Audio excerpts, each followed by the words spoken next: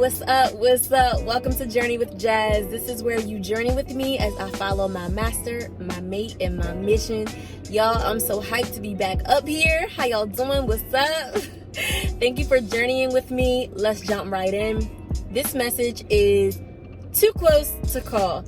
So, I have an insider with my family, particularly my dad and my sister, and it's a joke that we have where when we're looking at something or talking about something and it's hard to describe like whether it's this or that.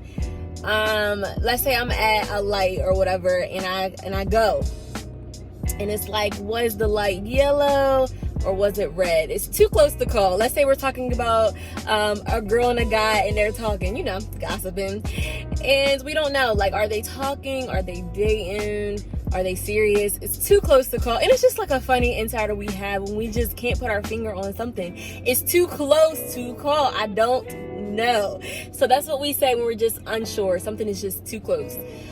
And when I sit and I think about my life right now, that's literally where I am right now. Everything is too close to call. I'm like right on the brink. Am I this or am I that? Am I an intern? Am I a fellow? Am I a prosecutor? Am I a lawyer? It's just too close to call because I can try cases, but I'm not licensed yet. And so if I just think about the last few months of my life, everything has just been close to call. So I'm going to tell you guys a quick story. I haven't been sharing this on my channel because, again, everything's been so close. Everything's been on the brink, and I've been in the process of a lot of different things at once. So I've just been trying to go through the process and see what God is showing me before I actually talk about it. And I do have a word today. So I applied for a clerkship position for Hampton Circuit Court. Let me give you a little bit of background if you're not familiar with legal terms and just what that would entail. A clerkship, which there are a lot of different clerks in court, but I'm referring to somebody who has their Juris Doctor degree and they're basically working alongside judges or one judge, and they're doing legal research for the judge, they're writing for the judge, basically helping the judge make decisions on different issues. So when I seen this position online, I was just like, that's not me. Not only did I not feel like I was capable of doing something like that, I'm not a big writer, and so I was just like, whatever, that's not me. But something was telling me to apply. Probably God, I don't know. But anyway, I still applied. And I was thinking this is the perfect position for me right now until I take the bar. I applied for the position and I submitted it like August 1st, the very beginning of August. I didn't hear anything back from them until September. They called me, offered me an interview. When I got the interview, I was just like, oh my goodness, I cannot believe I got an interview for this job. I didn't think I was qualified. I didn't think I would be the one that they would be looking for. I didn't think I was suitable, but I still got the interview. So I was all excited about it. I told everybody, y'all got this interview for this job. Everybody's speaking life into me. You're going to get it. You're going to get it. You're going to get it. Okay, let's continue. So let me go back a little bit further. Currently, I'm an extern for Hampton Juvenile Domestic and Relations Court, which is family court, a fancy way of saying family court. And as an intern, I also have my 3L practice certificate, which basically means that I can try cases under the supervision of a licensed Virginia attorney. Okay, so hold that thought. So as I'm working in this externship, I get an interview for clerkship, which is for circuit court right across the street. Okay, so all that background is very important because all the different players that are in my life right now is one big circle. Everybody's connected. Everything is connected, always. Keep that in mind. So anyway, I get an interview. I go to the court and I'm like, let me just go meet everybody. I'm already here. I'm already in family court. Let me walk across the street and go meet the judge. And so I go over there. I meet the court administrator, the one that gave me the call about the interview. I go and I meet one of the judges. It's a great time. I'm like, bruh, I know I got this job. Like, I gotta have this job. I mean, I'm in here. Like, I'm already here. What better candidate than me? I'm just trying to get familiar with everybody. So fast forward, I actually get to go in the courts of the judge that I'm going to interview with. And so I met two of the judges that I will be interviewing with prior to the interview. Excuse me. And the reason I was in court, I was just with one of the prosecutors. They were trying the case. I was there doing what I do. It just happened to be in that particular court and not in family court. So when that happened, I'm just like, bro, y'all didn't see me 2-3 times now. Like, we here. Like, we on one accord. So let's fast forward. I have the interview, I think I do well. Of course, you rehearse and you try to plan everything out. It doesn't go that way. But I thought I did okay. So a week is going by and I'm talking to the prosecutors that I'm externing with, and I'm just like, listen, I might get this clerkship job. I'm just letting y'all know, like, I might be out of here. But in the meantime, let me try some cases. Let me get some experience. But low key, like, mentally, I was checking out a little bit from prosecutor's office, and I'm thinking I'm about to be a clerk. So yeah, I was still there. I was still taking notes. I was still following their lead. But mentally, I'm like, bro, I'm about to be a clerk, because I just felt it so strongly. You know how you just feel something, you like, the Lord gonna do it for me. He gonna do it. So weeks go by and I'm checking in with the court administrator, and I'm just asking, like, I kind of need to know if I get this job or not, so I can let people know. Low key, I just want to know if I got the job or not. And so I didn't get the job. I did not get the job. So one of the judges, mind you, I'm leaving all names out intentionally, he wrote me a letter and he was just like, listen, you were very impressive. Your resume was impressive. Your interview was impressive, but we just went with somebody else. And so they went with a different candidate. So when that happened, I'm just like, wait, what? Like, I was so close to getting this job. I got the interview. I got familiar with the judges. I'm in your courtroom all day. Not all day, but I've seen you in your courtroom a few times. So what's going on? And so I was close. It was too close to call. I was going to be a clerk, but I'm not. I'm still an extern. Then this happened. I get assigned my first case to try, right? So, the prosecutor's laying out all the details. She gives me the folder. I type out my opening statement. I type out all the questions for the victim. I type out all the questions for the officer. Mind you, these are the questions I'm going to be asking them in court because it's my trial. So I get everything organized. I type everything out. I email. Yeah, my arm is hurting. I email all of my notes to the prosecutor. She's like, oh, this is great. I made a few corrections, blah, blah, blah. We get to Monday. Monday was when the trial was supposed to be. We get there and I'm like, Your Honor, I'm taking this case today. I'm representing the prosecutor's office. And so, I'm representing the Commonwealth for the prosecutor's. Look, I can't even get it, y'all. I'm still nervous. But I said what I had to say. And then basically the defense was just like, let's continue this because I still don't have a lawyer. He was pro se at that time. He was representing himself and he wanted to continue because he didn't have a lawyer. I argued that he had plenty of time. I argued that we had trial on this particular day. He didn't show up. A failure to appear was issued. I'm arguing to the judge. At this point, I'm making an argument because I want to try this case. The judge ends up continuing the case. And so I didn't get to try it on that day. I was so close.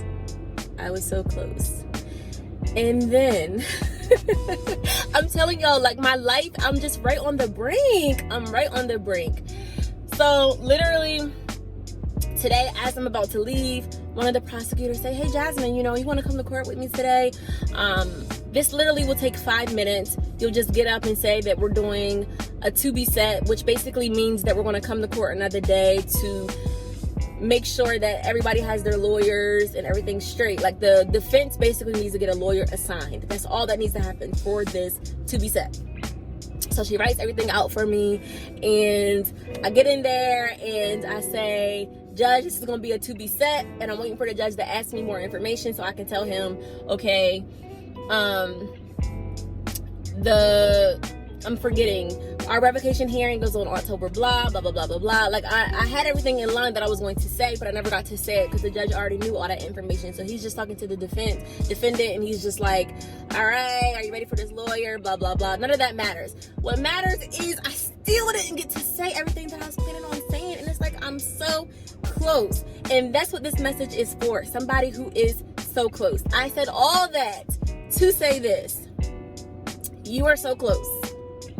I get it. The story was about me. The lesson was for me. But you're watching this video because you're so close and you can feel it because you're talking to people and you're experiencing things and you're getting opportunities, but you're also getting doors that are shut. Doors are shutting, but as doors are shutting, they are opening as well. And you are so close.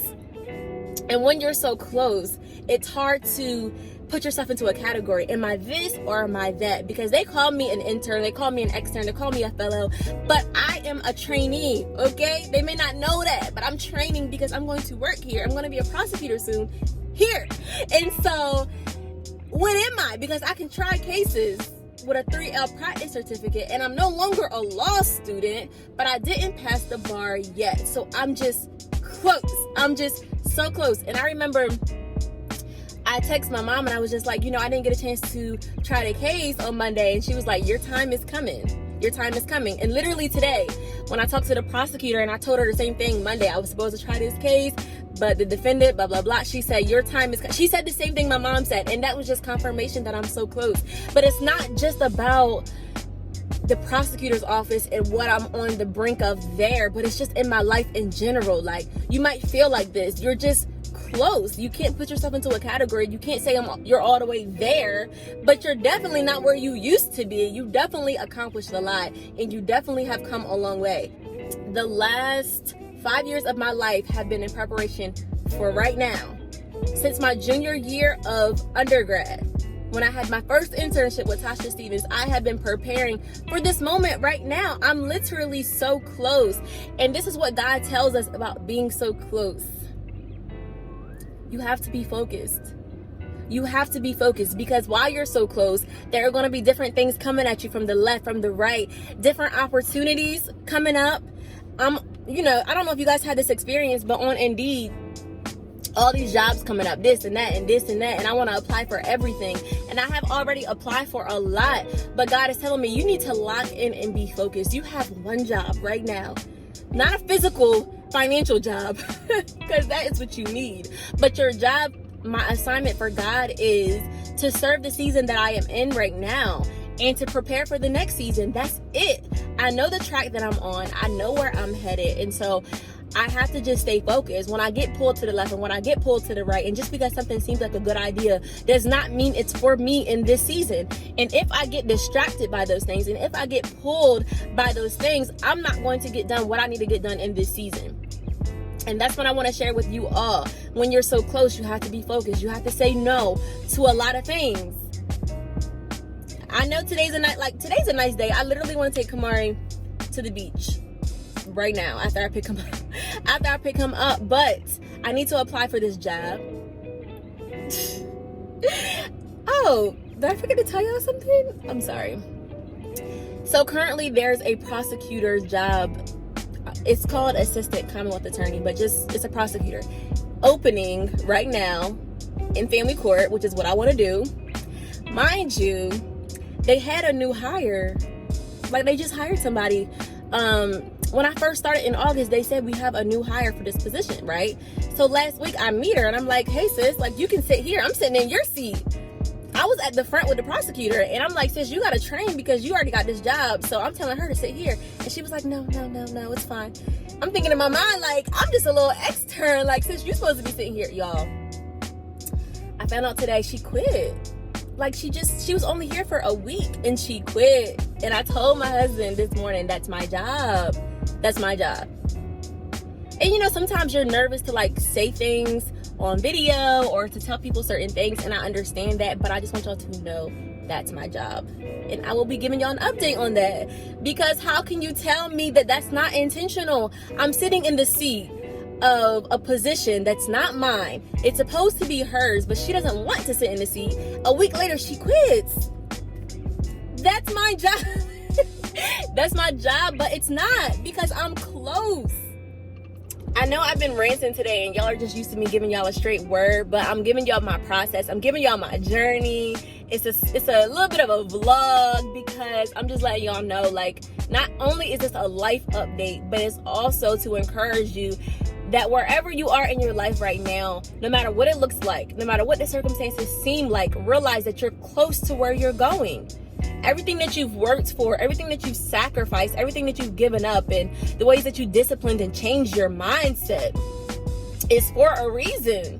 It's for a reason. It's for this season. Stay focused and you'll get there. Y'all drop in the comments below an area in your life that you feel like you're so close, or just say so close, so close. All I want to see in the comments is I'm so close. I'm so close. I'm so close. And just have faith in God that he's going to position you where you need to be. But you need to be focused. Have tunnel vision for where you're going and stop at nothing to get there. All right, guys, let me get Kamari. Thank you for journeying with me. Until next time, I'll see ya.